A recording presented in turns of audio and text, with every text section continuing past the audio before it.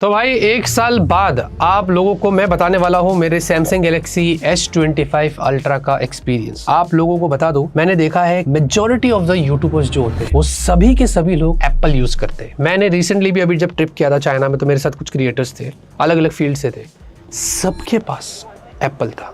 और बाकी के मेरे जो फेलो क्रिएटर्स हैं, इनफैक्ट दूसरे जो जॉनर के क्रिएटर्स हैं, मैं जब भी मिलता हूँ उनसे पहचान होती, बातचीत करते हैं, सबके पास एप्पल, सबके पास। और फिर मैं वजह नहीं जान पा रहा था कि क्यों। तो मैंने एक से पूछ लिया ऐसी कि भाई क्या वजह है। वो बोलता है कि भाई एप्पल में एक बार आ गया तो फिर स्विच करने का दिल नहीं करता है। किसी ने मुझे ऐसे बोला, सेम रीजन मेरे भाई ने भी दिया। जब मैंने एप्पल की पूछा कि भाई तू क्यों एप्पल के फोन यूज करता है, सैमसंग कर, वीवो वाला है आजकल अच्छा कर रहा है, तो बोलते नहीं एप्पल में मजा ही अलग है। इसी वजह से एप्पल का मार्केट भी इंडिया में ग्रो हो रहा है ना, एक तरीके की चीज यहाँ पर है। बट मैं क्यों सैमसंग का फोन यूज कर रहा हूँ, फ्लैगशिप फोन यूज कर रहा हूँ, वो आज मैं आपको बताने वाला हूँ। पहली चीज मैं एकदम क्लियर बता रहा हूँ, ये वीडियो स्पॉन्सर्ड नहीं है। जब भी स्पॉन्सर होता है हमारे चैनल पर, हम आपको बताते हैं, लिखा हुआ रहता है इंक्लूड पेड प्रमोशन, तो आपको समझ जाए। ये सिर्फ मैं अपनी एक्सपीरियंस शेयर कर रहा हूँ कि एक साल बाद मैंने जो फील किया इस फोन में, आज आपको वो बताने वाला हूँ। देखिए, इससे पहले मैंने S24 अल्ट्रा यूज किया था, उससे पहले मैं S23 अल्ट्रा यूज किया था, तो आपको पता होगा कि मैं सैमसंग के फ्लैगशिप यूज करता हूँ। अब S25 अल्ट्रा के अंदर मेरी वजह क्या है स्विच होने की। देखिए, डिस्प्ले से अगर बात करते तो मुझे ना इसका डिस्प्ले एक मिनी टीवी जैसा लगता है। इनका जो फॉर्म फैक्टर है ना, वो थोड़ा सा ऐसा, जो एस्पेक्ट रेशियो थोड़ा सा रेक्टेंगल जैसा आता है। और जब भी मैं कोई भी कंटेंट इसमें देखता हूँ ना, तो मुझे इसके अंदर एकदम मिनी टीवी जैसा फील आता है। बेजल्स बहुत कम है, इसके अंदर पंच होल काफी छोटा सा है, ब्राइटनेस भी काफी अच्छी है। बट कंसिडरिंग अभी जितने फ्लैगशिप्स आए ना मार्केट में, उससे इसकी ब्राइटनेस थोड़ी कम है। ये हमने कंपैरिजन में आईफोन 17 प्रो मैक्स के साथ भी बताया था, वो वीडियो देखना बहुत इंटरेस्टिंग बनाया है, इधर कार्ड दूंगा, आपको मजा आएगा। तो उसके हिसाब से वो मुझे ठीक लगा। लेकिन मेरे लिए जब मैं आउटडोर में जाता हूँ और मुझे कुछ भी चीज देखनी होती है, इनफ ब्राइटनेस रहती है, सारी चीजें मुझे दिखाई देती। मैं लंदन में गया था,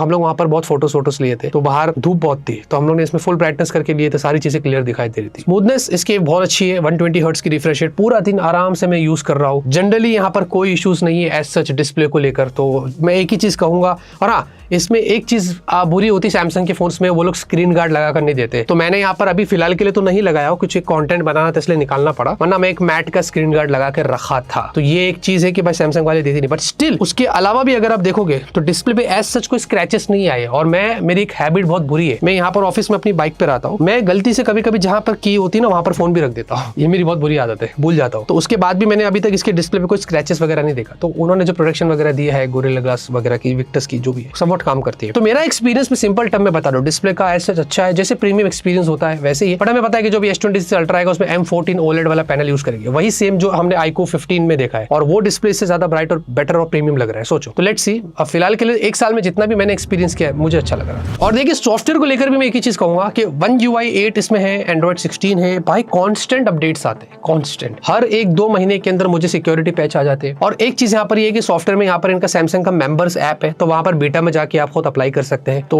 कभी कभी हो जाता है, कभी नहीं होता है, क्योंकि वो फुल हो जाता है स्लॉट। तो वहां पर जाके मैं कुछ टाइम अप्लाई कर लिया, तो मुझे बीटा ऑप्शन मिल जाता है, तो मैं अपडेट कर लेता हूँ। तो ये एक चीज अच्छी है कि सैमसंग की टाइमली अपडेट्स आ जाते हैं, खास करके उनके फ्लैगशिप्स में जो मैं यूज कर रहा हूँ। एंड देन उसके अलावा इनका जो एक वॉलेट ऐप है, मैं वॉलेट ज्यादा यूज नहीं करता हूँ सैमसंग का, मैं जीपे और दूसरे सारे ऐप्स यूज कर लेता हूँ। बट स्टिल वॉलेट के अंदर मैंने फिर भी इमरजेंसी के लिए अपना कार्ड स्टोर करके रखा है, ऑफलाइन पेमेंट के लिए। तो वो सर्विस कभी कभी मुझे यूज करनी पड़ जाए, अभी तक तो नहीं पड़ी है, इसीलिए मैं वो वॉलेट यहाँ पर सिर्फ रखा हूँ। उसके अलावा यहाँ पर UI के अंदर मुझे थोड़े बहुत बग्स देखने को मिले हैं अभी भी। एक साल में एज सच ऐसा कोई दिन नहीं आया कि ये फोन हैंग और लैग हुआ, पहली चीज तो ये। बट YouTube कभी कभी बहुत अलग बिहेव करता है। कभी कभी यहाँ पर जो है मतलब मैं अगर WhatsApp यूज कर रहा हूँ तो स्टेटस सेक्शन थोड़ा बिगड़ जाता है, पता नहीं क्या चल रहा है, फिर रिस्टार्ट करना पड़ता है। इनफैक्ट कभी कभी जो नेटवर्क है वो अच्छी जगह पर होने के बाद भी नेटवर्क एकदम डाउन हो जाता है, फ्लक्चुएट होता है। अब ये आपके लोकेशन पे भी डिपेंड करता है, लेकिन नहीं, मेरे फोन में सैमसंग में इसमें इशू है नेटवर्क का, जो मैंने नोटिस किया है। तो ये एक चीजें है जो मुझे थोड़ा बहुत प्रॉब्लम दे रही है जितने टाइम से मैं ये फोन का इस्तेमाल करो। लेकिन वो इतनी मेजर नहीं है कि मुझे बहुत इश्यूज हो जाए और मैं कस्टमर सर्विस में जाऊँ और फिर सर्विस सेंटर में जाऊँ, वैसा कुछ नहीं है। वो थोड़ा अपने को मैनेज करना पड़ता है, तो हर फोन में एक आध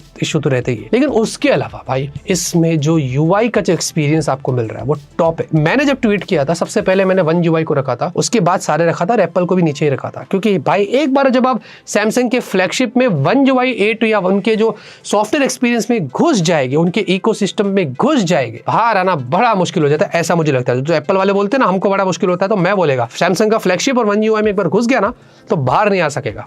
जी हाँ, और मेरे पास उनका खुद का TWS भी है, बड्स 3 Pro, मैं वो यूज करता हूँ इसमें लगाकर। भाई उसमें भी चलते फिरते अपडेट्स आते रहते हैं। एक बार तो राइट वाला कान ही नहीं काम कर रहा था उसका या TWS, तो फिर मैंने अपडेट किया, ऑटोमेटिक आया अपडेट और काम करना चालू कर दिया। तो एक चीज अच्छी कि ऑटोमेटिकली फिक्स्ड हो जाता है। फिर मैंने इसमें एक और ऐप इंस्टॉल करके रखा है, स्मार्ट थिंग्स, जिसमें मेरे घर के अंदर वॉशिंग मशीन जो है वो सैमसंग का है, फ्रिज भी सैमसंग का है। सारे इन्फॉर्मेशन मुझे इसमें मिल जाते हैं कि उनकी सर्विस कब करना है, क्या नहीं करना है। नोटिफिकेशन आता है फ्रिज का दरवाजा अगर ज्यादा देर तक खुला रहा तो पता चल जाता है। टीवी में क्या हो रहा है, टीवी भी मेरे पास सैमसंग का है, तो सब चीज इसमें कनेक्टेड रखा हूं मैंने। तो इकोसिस्टम सैमसंग का उतना थोड़ा मजबूत है जो मुझे यहाँ पर इस फोन में देखने को मिल जाता है। तो ओवरऑल यूआई में ज्यादा कुछ बात नहीं करने को है, बस इतना ही बताएंगे कि भाई जितना भी हमने एक्सपीरियंस किया, अपार्ट फ्रॉम जो थोड़े बहुत बग्स मैंने बताया, 1 साल तक ये ससुरा इतना स्मूथ चला है, मुझे कोई प्रॉब्लम नहीं। परफॉर्मेंस के लिए देखिए इसमें स्नैपड्रैगन 8 एलीट आता है और UFS 4 है LPDDR5X से। अगर आप मुझसे पूछते हैं, मैं gamer as such mobile gamer नहीं हूँ, मेरे पास दूसरे हैंडल डिवाइसेस है, मैं उसमें प्रेफर करता हूँ, वो ज्यादा कंफर्टेबल होता है। मोबाइल मेरे लिए गेमिंग के लिए सही नहीं है, बट हाँ जिनके पास ऑप्शन नहीं है वो तो मोबाइल में ही खेलेंगे ना भाई, तो सबकी अपनी अपनी रिक्वायरमेंट होती है। तो मैं इसमें ऐसे कोई हैवी गेम्स डाला नहीं हूँ जो मैं आपको बताऊं, बट बीच में WWE का आया था, नेटफ्लिक्स एडिशन आया था और रेड डेड रिडेम्पशन आया था, ये 2 गेम्स मैंने डाल के देखा था, तो वो सही चल रहे थे, तो वो थोड़ा बहुत खेला क्योंकि ऑलरेडी मैंने वो गेम खेल लिया है उसमें अपने हैंडल में, PC वाले वर्जन में, तो फिर मुझे जरूरत ही नहीं पड़ी है। और एक चीज बहुत अच्छी कि इसमें मैं 50 ऐप अगर बैकग्राउंड में ओपन क्यों ना कर लूं, अब ये सुबह का टाइम है, मैं बता रहा हूँ, मैं वहाँ आया हूँ,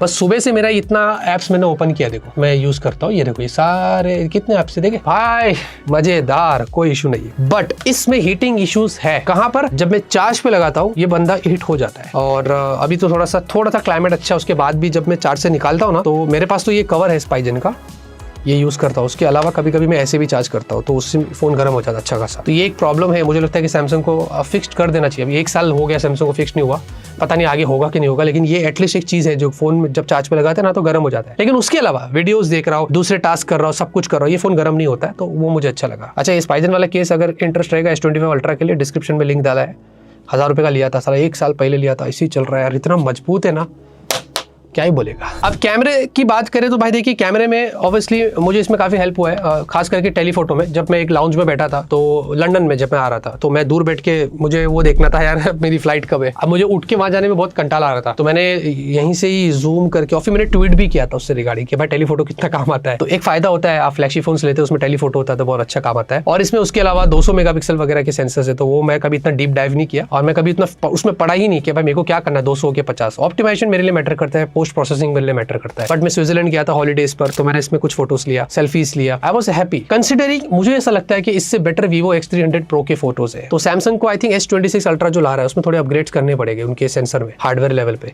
तो बेटर रहेगा। और पोस्ट प्रोसेसिंग जितना Vivo कर पाता है उतना कोई ब्रांड नहीं कर रही है इंडिया के अंदर, अगर पिक्चर की बात करें। आई थिंक मेरे हिसाब से अगर इंडिया में आज की तारीख में अगर कोई बेस्ट कैमरा वाला फोन मार्केट में अवेलेबल है तो वो Vivo का X300 Pro है, जो हमारे ऑफिस में रखा हुआ है। तो आई थिंक मुझे लगता है कि इसमें कैमरा अच्छा है, आपको फील नहीं आएगा कि बुरा है, but it can be better, मैं ये बोलूंगा। और इसके वीडियोस मुझे अच्छे लगे हैं, मैं कुछ वीडियोस इसमें बनाया हूँ इसमें, बट वो ज्यादा पर्सनल है तो मैं शो नहीं कर पाऊंगा। बट हाँ, इसमें जितने भी वीडियोस मैंने बनाया मैं वो काफी सेटिस्फाई हूँ, और मुझे ऐसा कोई प्रॉब्लम नहीं हुई है।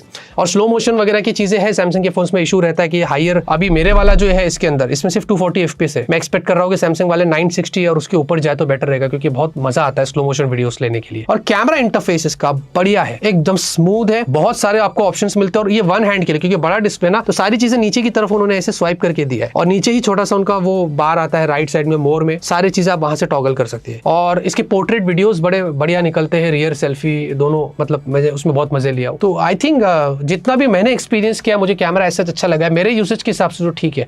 बट अगर कोई फोटोग्राफर है भाई, फोन में ये फोन लेके बोल रहा है कि मैं सिर्फ कैमरा ही कैमरा देखूंगा, मैं बोलूंगा भाई रुक जा, इससे बेटर X300 Pro ले ले, उसमें जितना मजा आएगा ना उसमें इतना नहीं आएगा। बैटरी को लेकर भी दोस्तों आपसे कुछ बात करनी है, मैं एकदम सिंपल टर्म में आपको बताता हूँ, स्पेक्स पे ज्यादा बात नहीं करेंगे। वैसे 5000 mAh की बैटरी, इतना तो बताना पड़ेगा। अब सैमसंग बैटरी के साथ ज्यादा खेलता नहीं है, वो ऑप्टिमाइज ज्यादा करता है ना, वैसे ही एप्पल भी कुछ वैसे ही कर रहा है, और वो अपने लॉन्च इवेंट में भी ज्यादा मार्केटिंग करता नहीं है, ठीक है। अब मेरा जो यूसेज है वो हैवी नहीं है, मैं आपको पहले भी बता चुका हूँ। मैं नॉर्मल मिक्स यूज करता हूँ, कभी कभार गेम खेलता हूँ, ज्यादा नहीं करता हूँ। तो उसके लिए मुझे जब पहले यूज करता था तो एंड ऑफ द डे लगभग 35 से 40% रहती थी बैटरी, विच इज गुड। एक दिन में इतना मुझे ठीक लगा। अब जाके जब थोड़े दिन पहले मैंने यहाँ पर वापस से अपनी यूसेज किया वही सेम, और फिर जब मैंने स्क्रीनशॉट लिया तो आप देखो यहाँ पर आपको बता रहा हूँ, ये एंड ऑफ द डे लगभग 15 से 25% के बीच में रहता है, डिपेंड भी करता है। तो कुछ वैसा है, ऑब्वियसली बैटरी डिग्रेड हुई है, और ये सारे फोन्स में होता है, ये कुछ नई चीज नहीं है। और हमने इसकी बैटरी हेल्थ भी जब देखी थोड़ा ऐप वगैरह डाल के रिसर्च करके, तो 97% था, विच इज गुड। अगर आप 1 साल का यूसेज देखते हैं और 1 साल के बाद अगर 97% बैटरी हेल्थ है, विच इज नॉट बैड। अगर ये 90 से नीचे होता या 80-85 होता तो हम उसको बुरा बोल सकते थे। तो मेरे हिसाब से दोस्तों, अगर आप इसको नॉर्मल से मिक्स यूज करते हैं तो ये बैटरी पूरा दिन बैकअप जरूर देगी। लेकिन अगर आप बहुत ज्यादा हैवी टास्क कर रहे हैं, बहुत हैवी गेम्स खेल रहे हैं, तो दिन में आपको 1 से 2 बार चार्ज करना ही पड़ेगा। और जनरली मुझे ऐसा लगता है, ये नहीं दूसरे भी फोन ये करते हैं, एप्पल हो या दूसरे फ्लैगशिप लेवल के फोन से, मैं उनकी बात कर रहा हूं। उन फोन्स की बात नहीं करो जिनमें 10-10 हजार की और 8-8 हजार की बैटरी है।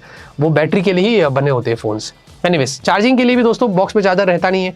45 वाट का इनका कुछ मैक्स चार्जिंग सपोर्ट है, तो मैंने इनके चार्जर को छोड़ दिया। मेरे पास खुद का एक 65 वाट का PD चार्जर है, जिससे मैं अपने ROG Ally को चार्ज करता हूँ। तो उससे मैं इसको चार्ज करता हूँ और 1 से सवा घंटे में चार्ज हो जाता है। तो चार्जिंग को लेकर तो मुझे ऐसा कोई कंप्लेंट्स नहीं, और मुझे इतना भी फास्ट चार्ज का कोई शौक नहीं है, बट जितना भी उस मामले में मैंने एक्सपीरियंस किया ना, वो अच्छा है। बाकी देखिए, एक चीज मैं और क्लियर कर दूं, ये फोन बड़ा हैवी है और बल्कि है। देखेंगे काफी ह्यूज है और डिस्प्ले साइज काफी बड़ी है ना, और बिल्ड क्वालिटी बहुत अच्छी है। पीछे ग्लास है, एल्यूमिनियम फ्रेम से, आर्मर एल्यूमिनियम, ये सारी चीजें यूज करें। IP रेटिंग्स आपको यहाँ पर इसमें काफी अच्छी मिलती है। And there are many more things जो इसको एक अच्छा फोन बनाती है बिल्ड क्वालिटी को लेकर। और ये S Pen मैं आपको बताऊं, ये देखो, ये समझ लो अभी लगभग मैंने 3 महीने बाद निकाला रहेगा आपके सामने। मैं यूज ही नहीं करता, अभी मेरे यूज नहीं है ना, जिसकी है वो करता है। बस मेरी बेटी कभी कभी यूज कर लेती है, डेट्स इट। तो ऐसी सब चीजें हैं। तो बिल्ड क्वालिटी इसकी बहुत मजबूत है, बट स्टिल मैं चाहता हूँ कि कभी भी कोई ऐसा फ्लैगशिप फोन लो, कितना भी मजबूत क्यों ना हो, केस ले लो साथ में, बढ़िया रहेगा। तो यहाँ पर देखिए दोस्तों, मैं एक ही चीज कहता हूँ, फिलहाल के लिए तो इसकी प्राइस अभी बढ़ गई है, प्राइस हाइक का असर पड़ गया इस पे। हमने जब चेक किया तो 1,20,000 समथिंग ऊपर चला गया था, काफी महंगा हो गया। एंड देन हमने ऑफलाइन में पूछा तो अराउंड 1 लाख के करीब मिल रहा है। तो मैं रेकमेंड करूंगा कि आप वहां से लो जहां से आपको बहुत कम पैसे में मिल रहा है। लेकिन ऑथेंटिसिटी देख लेना, प्री एक्टिवेटेड है नहीं है भाई, ये सारी चीजें क्लियर कर लेना, मैं पहले बोल रहा है, ठीक है ना। उसमें फंसना नहीं बिल्कुल भी, जहां जेन्युइन लोगे वहीं से परचेज करना। बट हाँ, अगर 1 लाख के करीब उसके नीचे आता है तो आई थिंक ये एक अच्छा वैल्यू देता है। और आज भी 2026 में अगर आपको लग रहा है कि S26 अल्ट्रा आपको लेना था और वो बहुत महंगा आ रहा है, तो छोड़ दो, ये वाला फोन अब भी वैल्यू देता है। क्योंकि सैमसंग के इकोसिस्टम, फ्लैगशिप और One UI, इससे आप बाहर नहीं आ जाएंगे एक बार आप इसमें घुस गए तो वो मेरे साथ ही ऐसे हुआ है। तो आई थिंक स्टिल 2026 में मेरे हिसाब से ये अभी भी वर्थ है फोन यूज करने के लिए, क्योंकि मैं खुद भी 2-3-4 महीना यूज करने के बाद ही बदलेगा, अभी नहीं बदलेगा। मजा आ रहा था मुझे इसको यूज करने में। तो एक मेरा फुल एंड फाइनल ओपिनियन है पूरे साल में जो मैंने एक्सपीरियंस किया है। हमने रियल टाइम में बात करी है, स्पेक्स पे बात नहीं करी है, तो वो आपको पता चल गया रहेगा कि मैं क्यों ये फोन यूज कर रहा हूँ और मेरी वजह क्या, और इसने मुझे कितना, इसमें से कितनी अच्छी चीज मिली और कितनी बुरी चीज मिली है। तो जिनको लेना है तो वो आप समझ गए हो कि लेना है कि नहीं लेना है। इतने दोस्तों वीडियो में लाइक, शेयर, सपोर्ट, सब्सक्राइब करिए। तब तक के लिए ऑलवेज कीप स्माइलिंग।